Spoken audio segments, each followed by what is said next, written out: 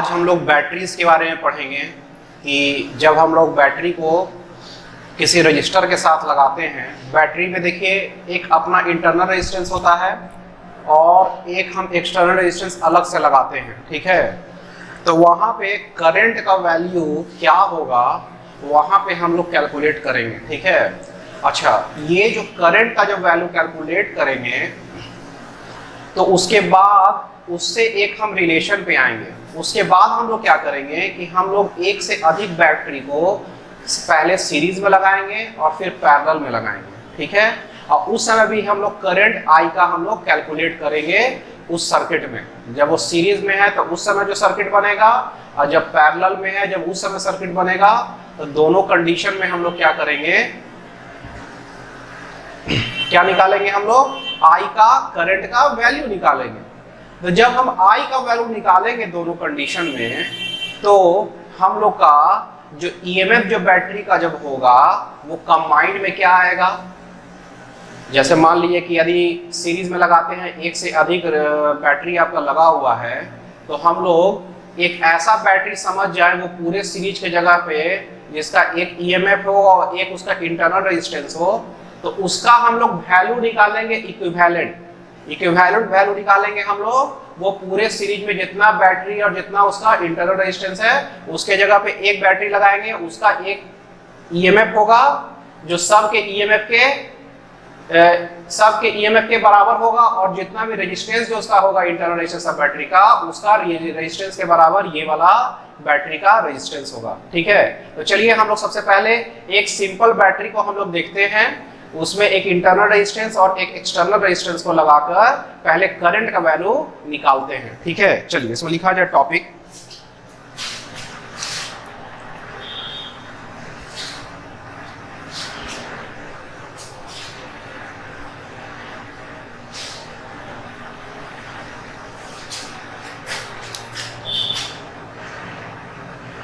Value of current in a circuit with a battery of internal resistance छोटा r and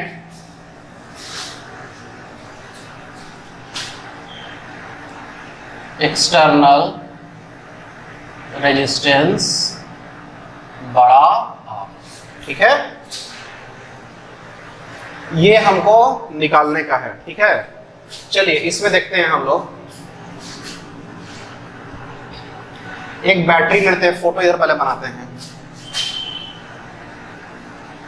with internal resistance इसका क्या है, छोटा R है, और एक एक्सटर्नल रेजिस्टेंस है बड़ा R, ईएमएफ E और इसका इंटरनल रेजिस्टेंस R। देखें यहां से बड़ा वाला है पॉजिटिव टर्मिनल, तो करंट तो यहीं से निकलेगा I यहां से निकल के फिर यहां पे I पहुंच जाएगा ऐसे घूम के पूरा, ठीक है। तो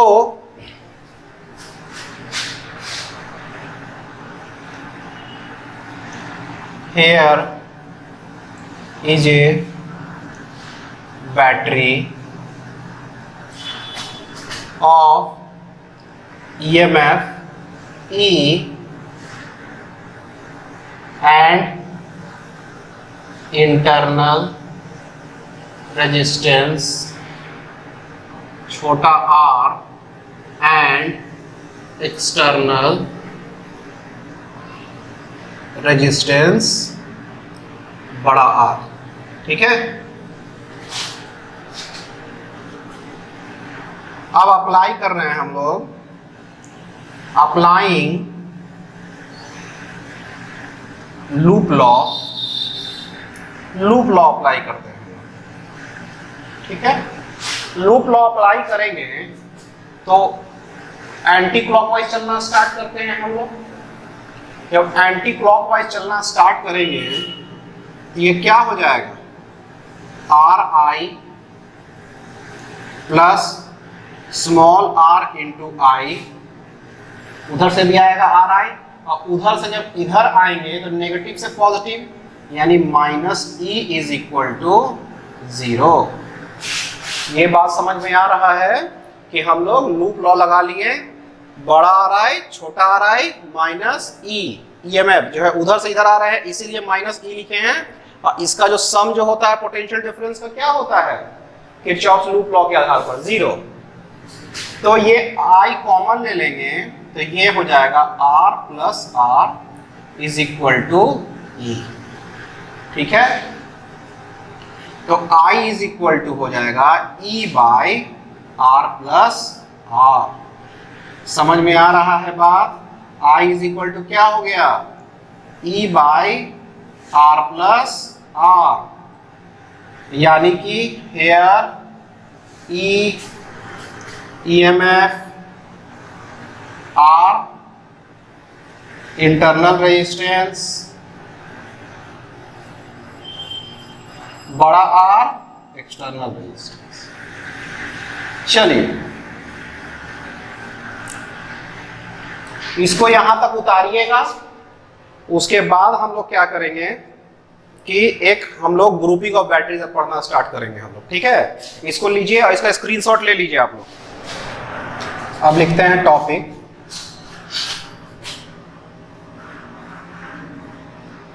ग्रुपिंग ऑफ बैटरीज।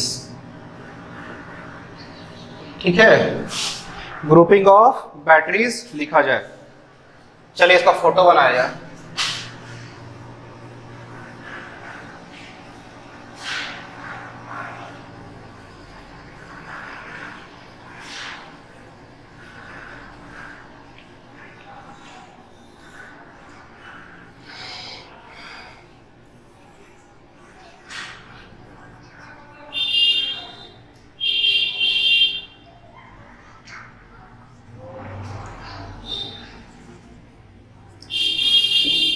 करंट यहां से आई आ रहा है, आई पहुंच रहा है। ठीक है,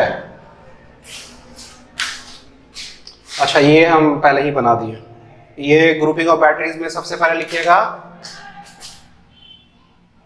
ग्रुपिंग ऑफ बैटरीज में पहले कुछ लिख लेते हैं, उसको ही मत लिखिएगा। ठीक है, ग्रुपिंग ऑफ बैटरीज में लिखते हैं हम लोग in grouping of batteries there are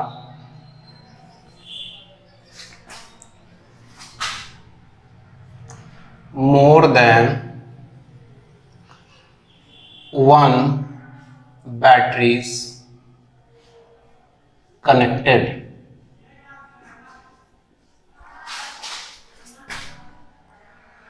We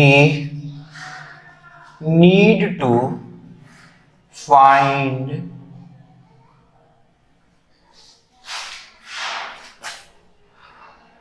one battery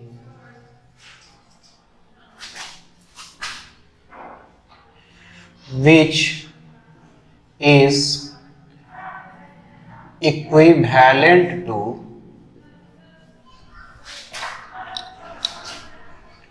the group of batteries given in the diagram। हम लोग क्या कर रहे हैं ग्रुपिंग ऑफ बैटरीज में कि हम लोग एक बैटरी खोज निकाल रहे हैं पूरा बैटरी के जगह पे जो इक्विवेलेंट हो वो पूरा ग्रुप ऑफ बैटरी के जगह पे, यानी जितना बैटरी है उसके जगह पे एक बैटरी हम लोग को बनाने का है। यानी कि इसके जगह पे हम लोग क्या बनाएंगे, एक battery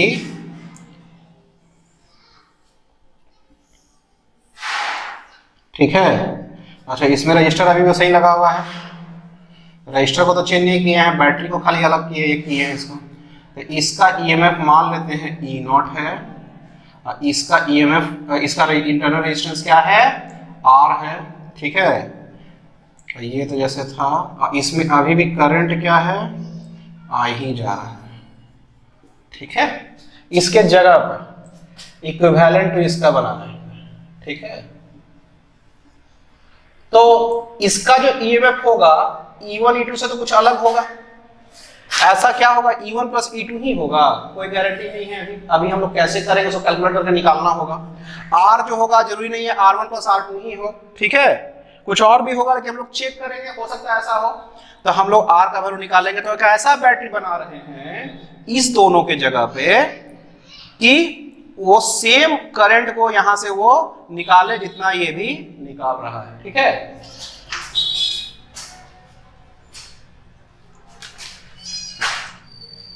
and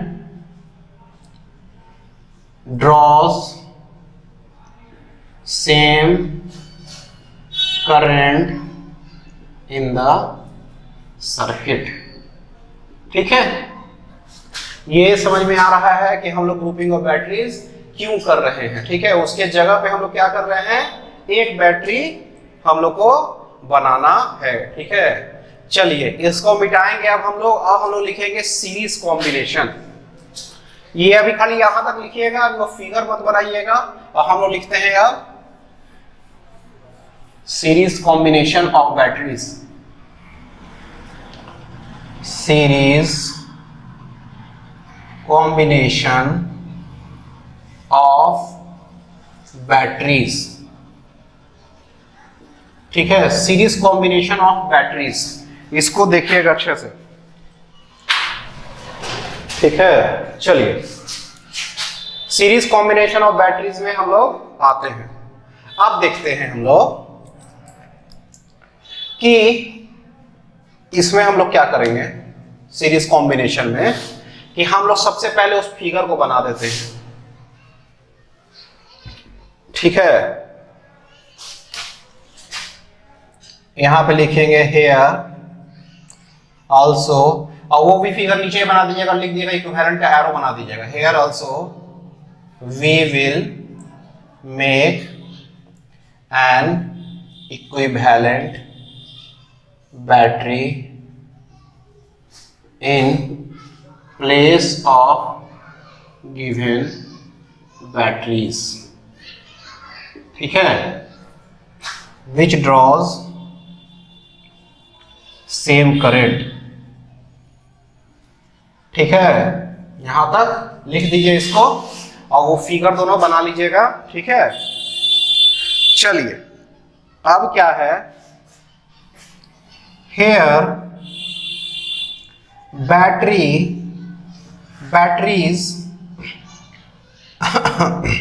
are connected in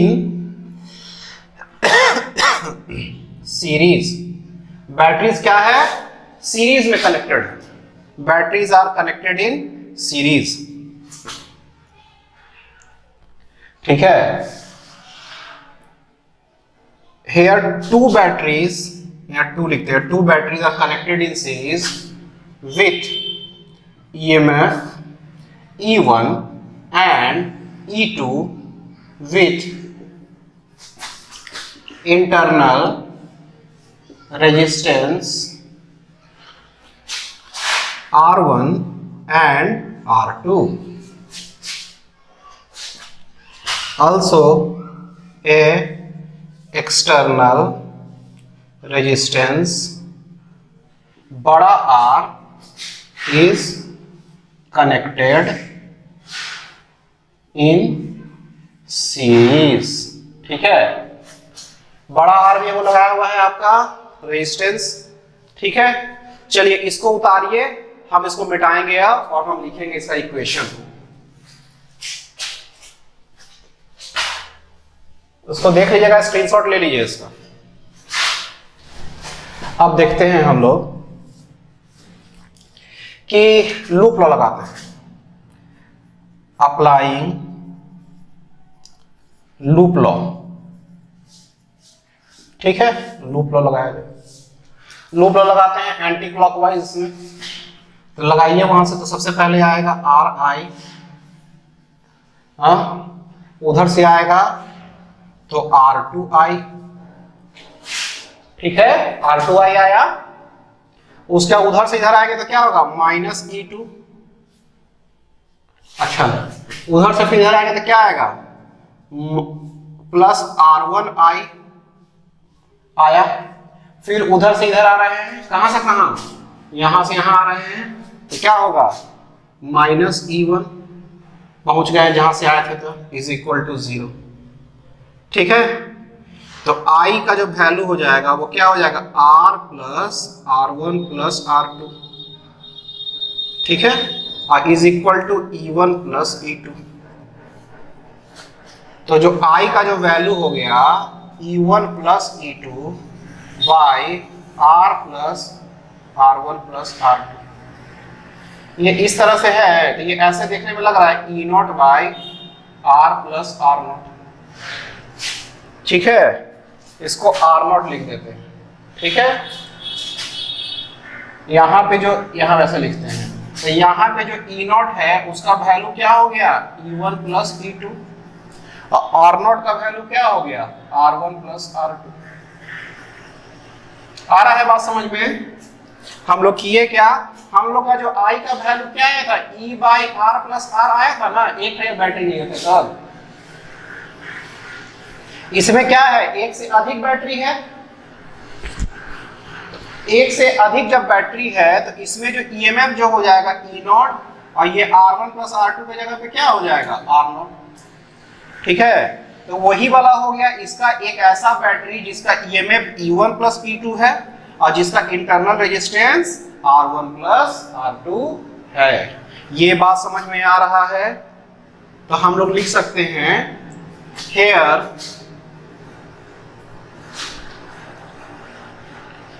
the equivalent battery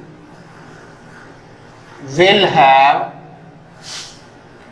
EMF E0 is equal to E1 plus E2 and internal resistance R0 is equal to R1 plus R2। ठीक है, चलिए यहां तक इसको ठीक है, यहां तक लिख दिए हम लोग। अब हम लोग आगे बढ़ेंगे और हम लोग क्या करते हैं इसको ये हो गया आपका ग्रुपिंग ऑफ बैटरीज में, जब सीरीज कॉम्बिनेशन में जब बैटरी रहे तब हम लोग इस तरह से करेंगे। ठीक है, तो यहां पे एक चीज और देखिए, इसमें एक चीज और हम बता देते हैं कि जब हम लोग एक बैटरी, देखिए बैटरी तो सीरीज में है, एक बैटरी को हम थोड़ा उल्टा रख देते हैं। ठीक है, अब क्या कर रहे हैं ऐसे लिखिएगा ऑक्सिलरी। ठीक है, ऑक्सिलरी में हम लोग लिख रहे हैं, एक्स्ट्रा में इसको लिख रहे हैं। जैसे मान लीजिए कि ये बैटरी ऐसा ना हो के अगर क्या करते हैं कि इसको ऐसे लिख दो। ठीक है, अब चलिए इसका निकालते हैं, यहां से इसको निकाला जाए। इसमें देखिए इतना बनाने की जरूरत नहीं है, खाली यहाँ पर थोड़ा सा लिख लीजिएगा तो क्या हो जाएगा RI अभी भी होगा प्लस R2I। अब क्या हो जाएगा, ये E2 है ना, ये क्या हो जाएगा प्लस E2। ठीक है, अब प्लस R1I और minus E1 is equal to 0। तो I is equal to R plus R1 plus R2, I is equal to E1 minus E2। तो I इज इक्वल टू क्या हो गया E1 minus E2 by R plus R1 plus R2। ठीक है, तो जब battery क्या रहे इधर पॉजिटिव है, दोनों पॉजिटिव इधर साइड में रहे, तब तो ये E1 प्लस E2 लिख देने का है डायरेक्टली, और R में कोई चेंज नहीं आएगा, इसका R1 प्लस R2 होगा ही होगा। लेकिन जैसे ही हम इसका पोलैरिटी को हम लोग क्या कर रहे हैं रिवर्स कर रहे हैं, तो I का जो वैल्यू है E1 minus E2 by R plus R1 plus R2 आ जा रहा है। ठीक है, इसमें लिखिएगा ऑक्सिलरी में when polarity of battery is reversed, जब हम लोग उसको रिवर्स करेंगे तब क्या होगा उसको हम लोग यहाँ पे लिखेंगे। ठीक है, इसको चलिए यहाँ पे उतारिए। और उसका जब फिगर बनाइएगा, ऐसा ही एक अलग फिगर बनाया है ना, ऐसा है कि अलग ही फिगर बनाएगा और ऐसा करके, तो इसका इक्विवेलेंट में जो बनाइएगा, क्या लिखिएगा इसको, आर रहने दीजिए, R is equal to R1 plus R2 तो हो ही गया, और E0 is equal to E1 minus E2 हो गया। ठीक है, चलिए इसको उतारिए तो जल्दी से। Parallel combination of batteries, parallel combination of batteries को हम लोग थोड़ा लिखेंगे। ठीक है, चलिए इस टॉपिक को लिखिए थोड़ा।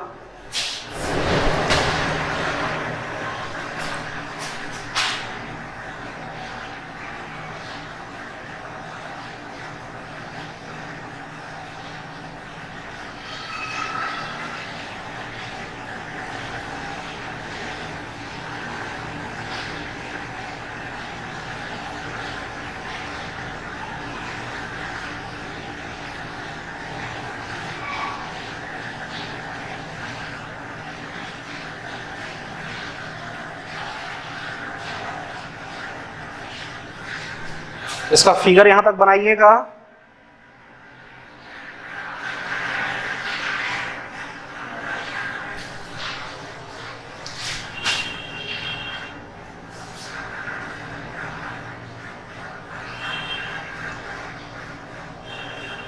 ठीक है, I माइनस I1।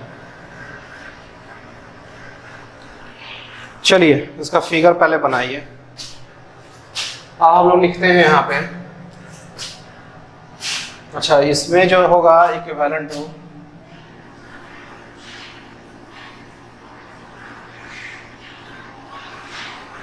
सेम चीज,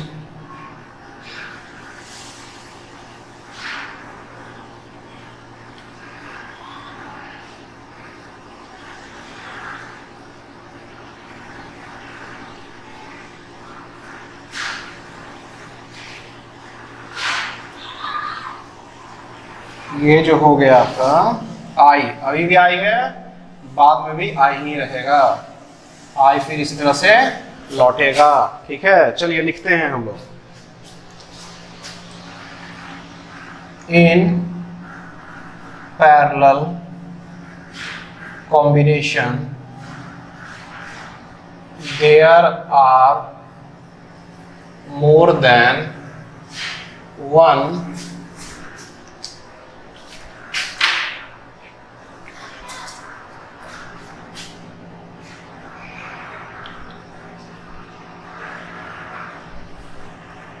more than one batteries connected in parallel to each other। ठीक है, बैटरी है एक से अधिक,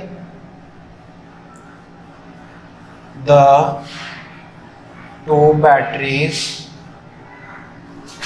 have EMF E1 and E2 with internal resistance R1 and R2 respectively।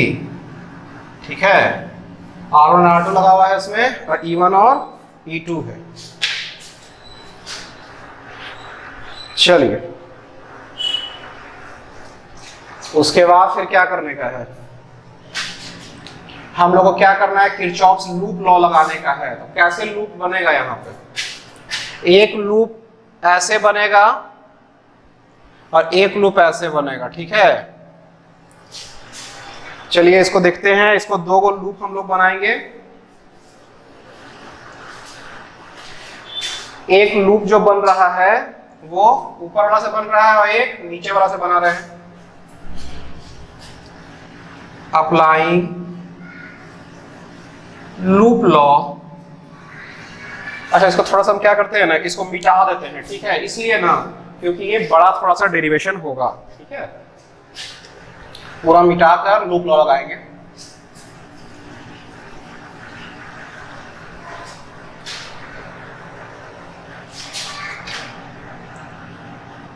Applying loop law on E1। ठीक है, तो E1 में लूप लॉ लगाते हैं, तो चलिए लगाते हैं। RI घूम के E1 की तरफ जाना है, तो क्या हो जाएगा, R1I1 minus E1 is equal to 0 हो गया। फिर applying loop law on E2। E2 में जब लूप लॉ लगाते हैं तो क्या होगा, RI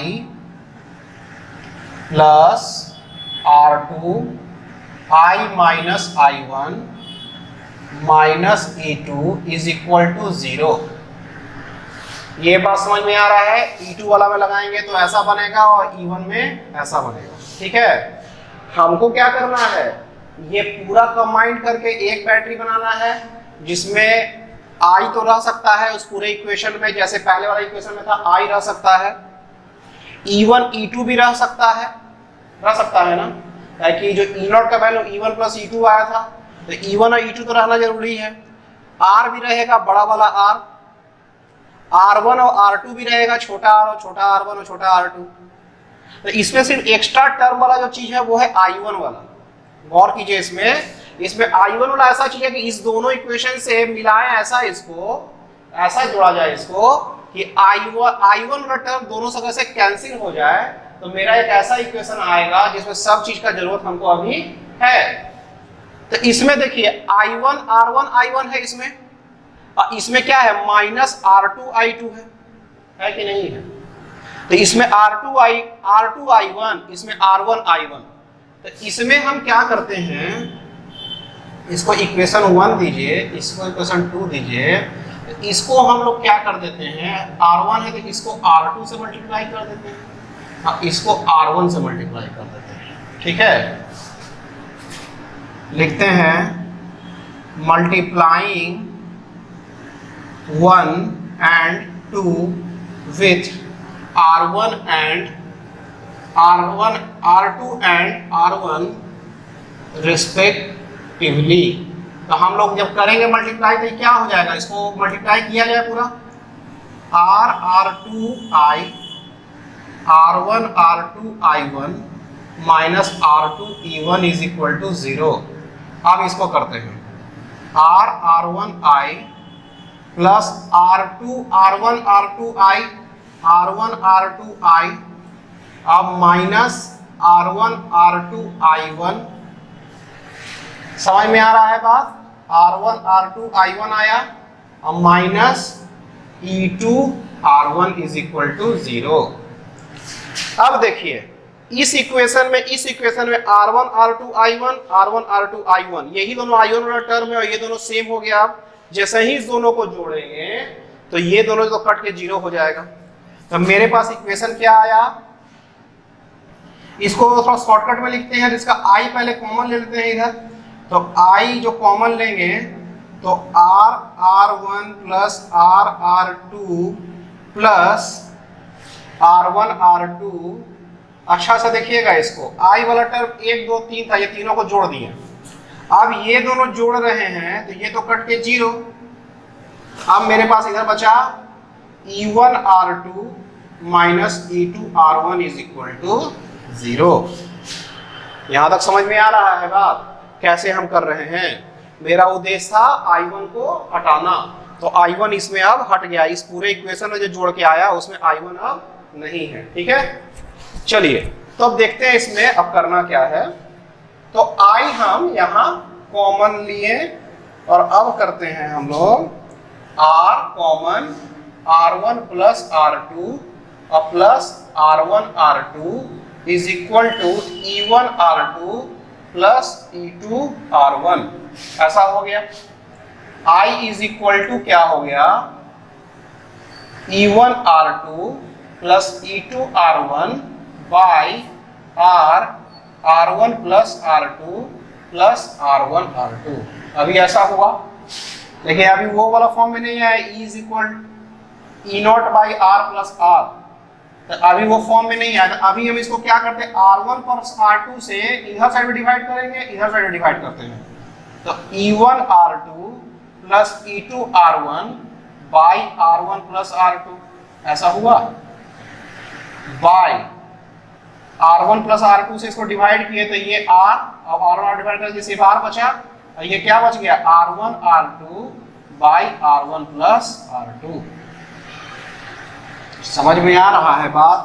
I का वैल्यू जो हुआ वो अब आ रहा है E not by R plus R not के फॉर्म में। E नॉट के जगह पे ये पूरा होगा और R नॉट के जगह पे ये वाला पूरा होगा, यानी कि जो पैरेलल कॉम्बिनेशन हुआ उसमें E नॉट के जगह पे ये E नॉट था ना, E not is equal to क्या आ रहा है, E1 R2 plus E2 R1 by R1 plus R2, और R नॉट के जगह पे क्या आ रहा है, R1 R2 by R1 plus R2। ये बात समझ में आ रहा है। तो यहां पे भी वही चीज लिख दीजिएगा, where E not is equal to, वही वाला चीज को पूरा लिखिए यहां पे, ठीक है। चलिए तो हम लोग क्या किए हैं, यहां तक हम लोग ले लिए हैं। अच्छा अब हम लोग एक चीज और करते हैं इसमें, ऑक्सिलरी में इसका भी एक लिखेंगे हम लोग, इसको मिटा रहे हैं।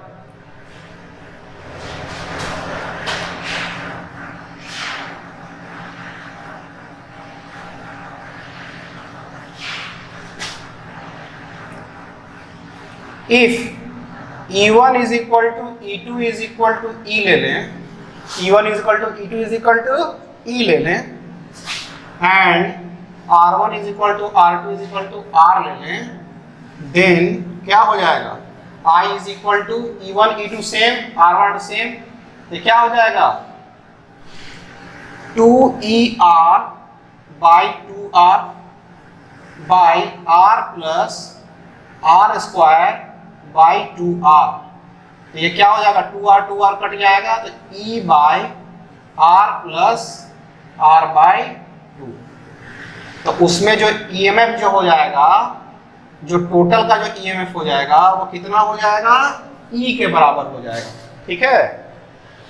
समझ में आ रहा है बात, यानी कि दो EMF E और E का रहे और R भी सेम रहे आपका, तो EMF जो हो जाएगा E बराबर हो जाएगा और इंटरनल रेजिस्टेंस R बाई 2 के बराबर हो जाएगा, where E is equal to क्या हो जाएगा,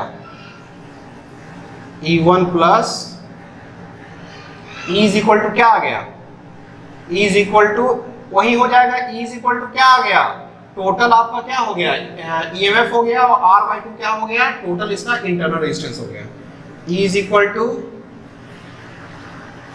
EMF of the equivalent battery, EMF of the equivalent battery, and R by 2 is equal to internal resistance of equivalent battery। समझ में आ रहा है बात। चलिए यहां तक इसको उतारिएगा, ठीक है। चलिए अब हम लोग आ जाएंगे व्हीटस्टोन ब्रिज की तरफ, कि व्हीटस्टोन ब्रिज क्या होता है उसको हम लोग अभी देखेंगे, ठीक है।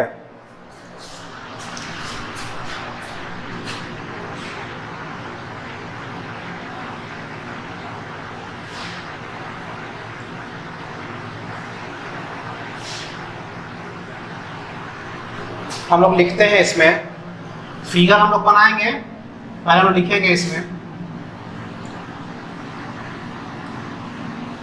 Wheatstone bridge is a combination of 4 resistor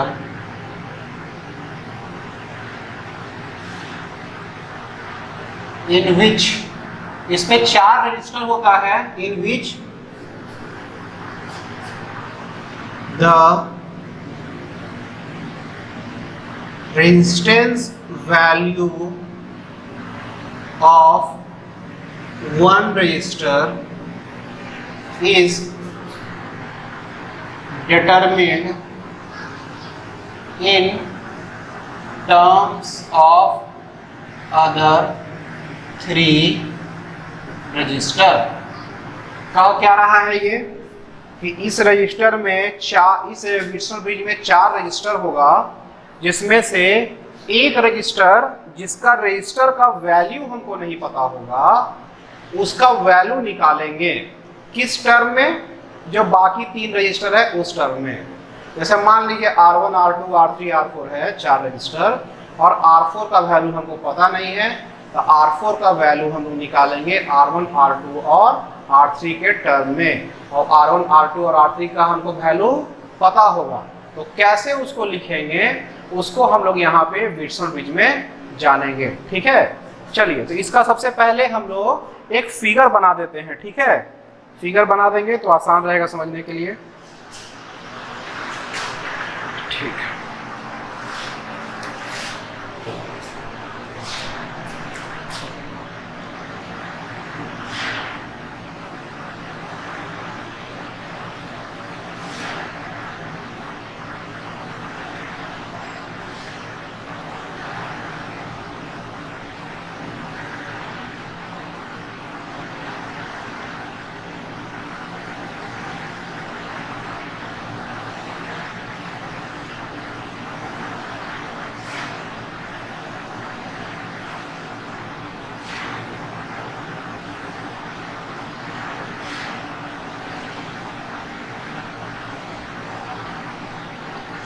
ये बैटरी है, जैसे करंट जाएगा I, इसमें से I1, इसमें से I माइनस I1 या इसको I2 अभी लिखते हैं। ठीक है,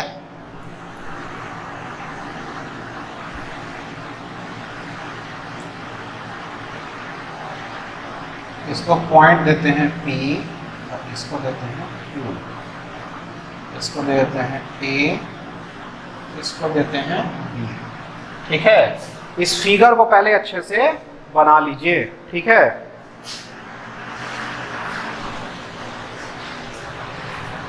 यहां से करंट गया तो ये करंट नॉट भी जाएगा यहां, उस फिगर को बनाइए। अब हम लोग इसमें समझते हैं कि इसमें होता क्या है। ठीक है,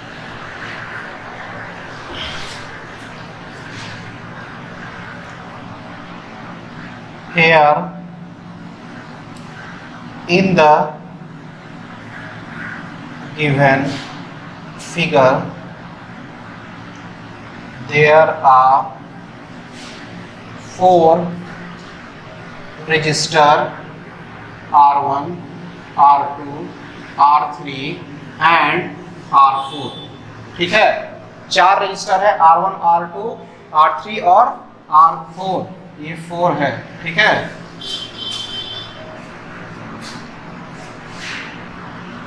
R1, R2, R3, R4 है। The combination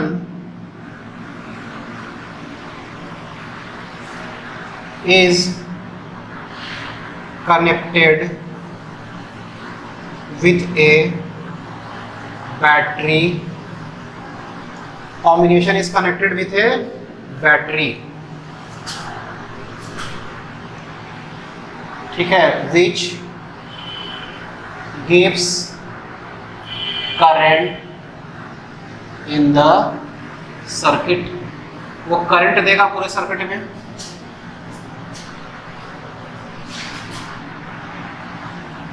when current comes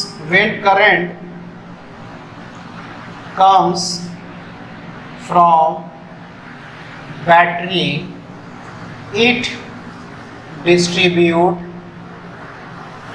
in 2 parts of I1 and I2।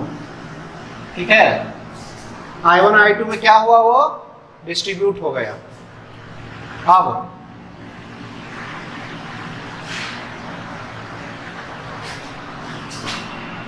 here a galvanometer is connected between P and Q। Galvanometer connected है P और Q के बीच में। क्या होता है गैल्वेनोमीटर? लिखते हैं इसमें, galvanometer is a device in which its needle stays at the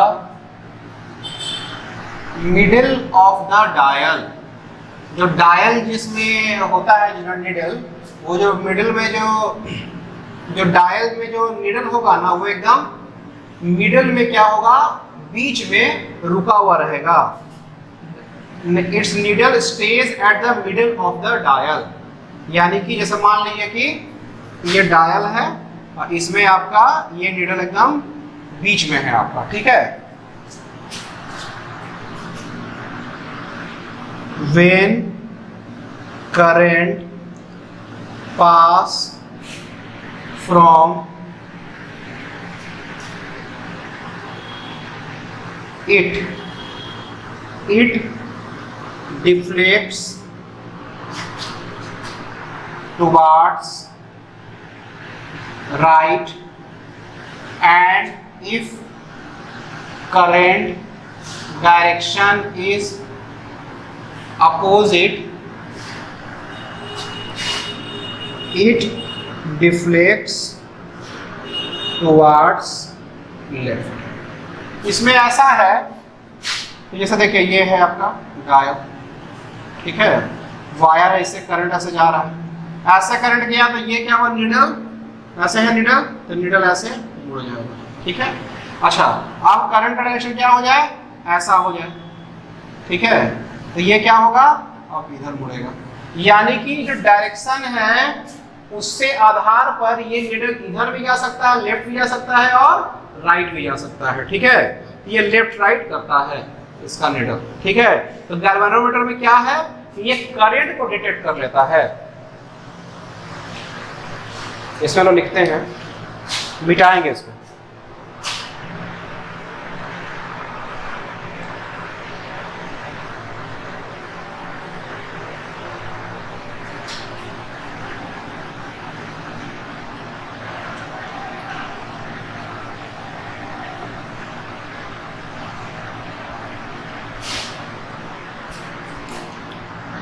It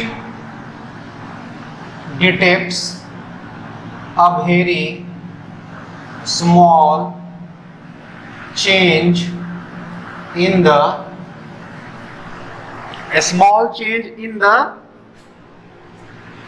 current and its dial deflects। वो क्या करता है, डिफ्लेक्ट कर जाता है, ठीक है।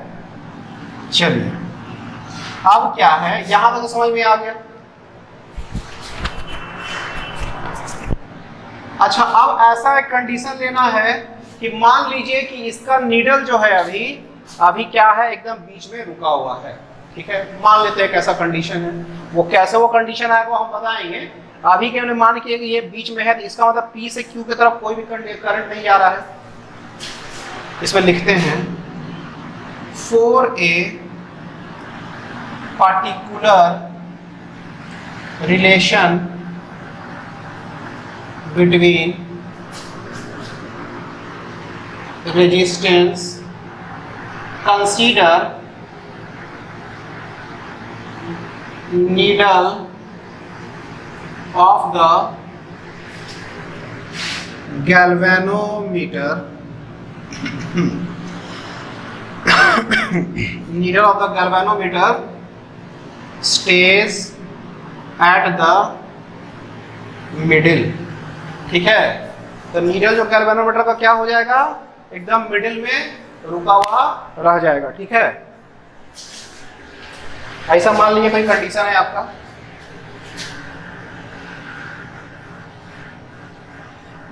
if no current is passed from P to Q, कोई भी करंट P से Q जब पास नहीं कर रहा है, इट मीन्स पोटेंशियल एट, अच्छा इसको एक लाइन यहां पे लिख दीजिएगा, इसको लिखते हैं, इट मीन्स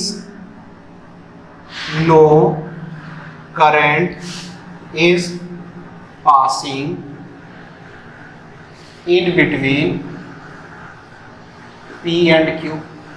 अभी मान लीजिए कि गैल्वेनोमीटर बीच में है, तो P और Q के बीच में कोई भी करंट पास नहीं कर रहा है, ठीक है। चलिए, if no current is passed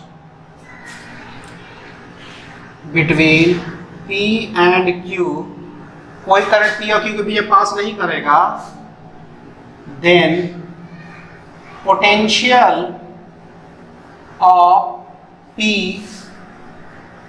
is equal to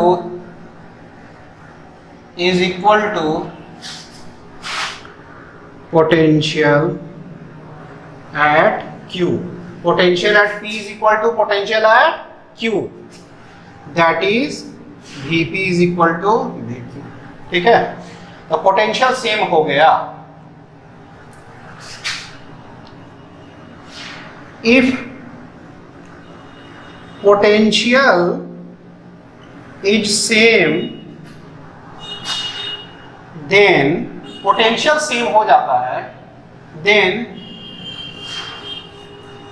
current I1 will directly go to R2 and current I2 will directly go to R4, ठीक है। यानी कि इसमें जब करंट नहीं जब पास यहां से यहां कर रहा है, यहां से यहां, तो जो भी करंट आएगा वो इधर निकल जाएगा, और ये जो करंट आएगा वो इधर निकल जाएगा। तो I1 I2 अब मिलके फिर क्या हुआ, I इधर आ गया ये, ठीक है। यहां तक इसको लिखिएगा, इसके बाद हम इसको मिटाएंगे। अभी यहां तक समझ में आ रहा है, यहां तक उसको उतारिएगा। अब हम लोग लिखना स्टार्ट करते हैं। अब लिखते हैं हम लोग, now VA minus VP, VA minus VP क्या होगा, VA माइनस VP क्या है, यहां से यहां तक के बीच का, तो क्या हो गया I1 R1, फिर VP minus VB, VP minus VB कहां से कहां तक, यहां से यहां तक, ये B यानी यही तक का है, VP माइनस VB क्या हो जाएगा I1 R2, ठीक है। आप लिखते हैं, इसीलिए VA minus VP by VP minus VB is equal to I1 R1 by I1 R2, यानी कि R1 बाई R2। चलिए अब आगे बढ़ते हैं। अगेन नीचे में VA minus VQ is equal to I2 R3, ठीक है, और VQ minus VB is equal to I2 R4। इसीलिए VA minus VQ by VQ minus VB is equal to I2 R3 by I2 R4, यानी कि R3 by R4। समझ में आ रहा है बात, R3 बाई R4 हो गया ये। अब यहां तक लिखिएगा, ये वाला इक्वेशन हो गया 1, और इसको लिखिएगा 2। इसको 1 लिखिए और इसको 2 लिखिए। Since Vp is equal to VQ, इसीलिए in 1 VA minus VP by VA minus VB is equal to VA minus VP minus VB है ना, VP minus VA minus VP की जगह VA माइनस VQ, VP की जगह पे VQ लिख दिए और VP की जगह फिर VQ लिख दिए माइनस VB, और इसका वैल्यू कितना आया था R1 बाई R2। नाउ हम लोग लिखते हैं और इसको इक्वेशन नंबर 3 कर दीजिएगा। Now from 2 and 3 VA minus VP, VP minus VB, VA minus, अच्छा VA माइनस VP है ना, हाँ तो ये VA minus VQ by VQ minus VB, तो VA minus VQ by VQ minus VB, तो दोनों का सेम हो गया। तो इसीलिए 3 और 4 के आधार पे R1 by R2 is equal to R3 by R4। इसको लिखिएगा तो R1 by R2, R1 by R2 by R3 by R4, ठीक है। इसको उतारिए, उसके बाद अभी और लिखेंगे इसमें हम लोग। अभी इसमें हम लोग लिखते हैं so the relation is R1 by R2 is equal to R3 by R4, ऐसा ही रिलेशन आ रहा है, ठीक है। क्या इस रिलेशन में खासियत है? इस रिलेशन में खासियत ये है कि यदि गैल्वेनोमीटर से कोई करंट नहीं जा रहा हो तो R1 by R2 is equal to R3 by R4 हो जाएगा। अब मान लीजिए कि इसमें हम बताए थे कि चारों का तो वैल्यू हमको पता नहीं है, हमको 3 का वैल्यू पता है, ठीक है। 3 का वैल्यू पता है, चौथा का हमको निकालना है, ठीक है। तो इसमें लोग लिखते हैं पहले in the galvanometer, in the Wheatstone bridge,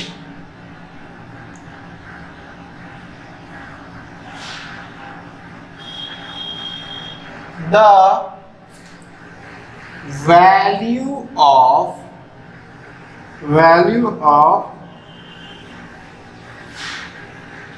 one register is unknown to us, and in the given 3 register one must have variable register। मतलब एक तो अननोन होना चाहिए जिसका निकालना है हमको, तो बाकी 3 जिसका वैल्यू हमको पता है उसमें से एक तो का वेरिएबल रजिस्टर रहेगा।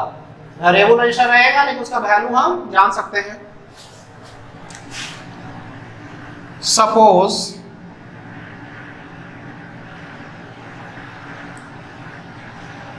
We need to find the value of R4 and value of R4 and R3 is variable register। R4 का वैल्यू जानना है हमको, R3 क्या है, इसमें एक वेरिएबल रजिस्टर है। सो क्या लिख सकते हैं, R4 is equal to R2 R3 by R1, ठीक है। तो इसको लिख सकते हैं R2 by R1 into R3, यानी कि R4 का वैल्यू कितना आ रहा है, R2 by R1 into R3, ठीक है। अब देखिए इसमें क्या हो रहा है कि R2 और R1 का तो वैल्यू को पता है, वो कंफर्म है, तो R2 बाई R1 का तो वैल्यू निकल जाएगा। अब क्या है कि R3 का हमको वेरिएबल रजिस्टर है, इसका वैल्यू जो आपका है हमको इसका वैल्यू हमको चेंज करना है, ठीक है। क्यों चेंज करना है बताएंगे अभी। इसका वैल्यू को हमको चेंज करना है, तब जाके हम लोग क्या कर सकते हैं, R4 का रजिस्टर का वैल्यू निकाल सकते हैं। अब क्यों हम इसको वेरिएबल रजिस्टर कह रहे हैं हम बताएंगे इसमें, ठीक है। इसे मिटाते हैं हम। Since R3 is variable because, ये वेरिएबल क्यों है, because when we connect point P and Q with galvanometer, the needle starts deflecting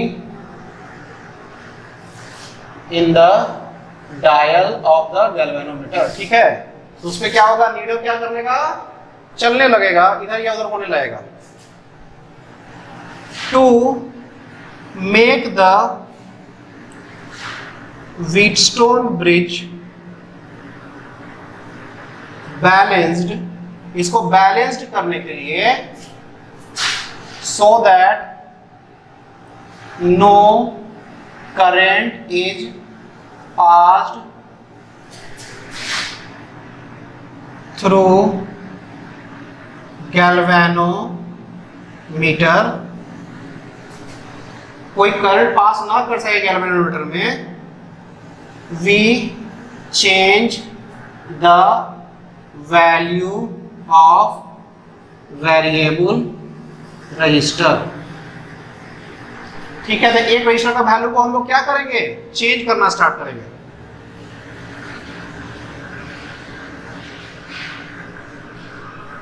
eight one value of the variable resistor, the needle does not deflect and Wheatstone bridge is said to be balanced, और Wheatstone bridge क्या हो जाएगा, balanced हो जाएगा उस समय, ठीक है। तो इसके पीछे कारण क्या है आपको समझ में आ गया। So a value of unknown register is calculated with the help of variable register, ठीक है। ये बात समझ में आ रहा है। तो हम लोग क्या कर रहे हैं कि वेरिएबल रजिस्टर का हम लोग वैल्यू चेंज करके हम लोग क्या कर रहे हैं कि हम लोग रजिस्टर का वैल्यू निकाल रहे हैं, जो अननोन रजिस्टर है उसका वैल्यू निकाल रहे हैं। हमको लगता है ये आप लोगों को समझ में आ गया होगा। इसमें हम लोगों को बस क्या करना है, व्हीटस्टोन ब्रिज को बैलेंस करना है। इसका वैल्यू को जब हम चेंज करने का कोशिश करेंगे तो एक ऐसा वैल्यू पे इसमें जो करंट आ रहा है वो रुकना आना बंद हो जाएगा, ठीक है। कुछ ना कुछ चेंज होता है तो कुछ ना कुछ चेंज होगा इसमें। एक ऐसा वैल्यू पे इसका में करंट आना बंद हो जाएगा तो उस समय व्हीटस्टोन ब्रिज बैलेंस हो जाएगा। तब हम लोग R4 को R1, R2 और R3 के टर्म में निकाल देंगे, जिसमें हम R3 को क्या किए हैं, चेंज किए हैं, ठीक है। ये हो गया आपका व्हीटस्टोन ब्रिज, ठीक है। चलिए अब अगले सेशन में देखते हैं।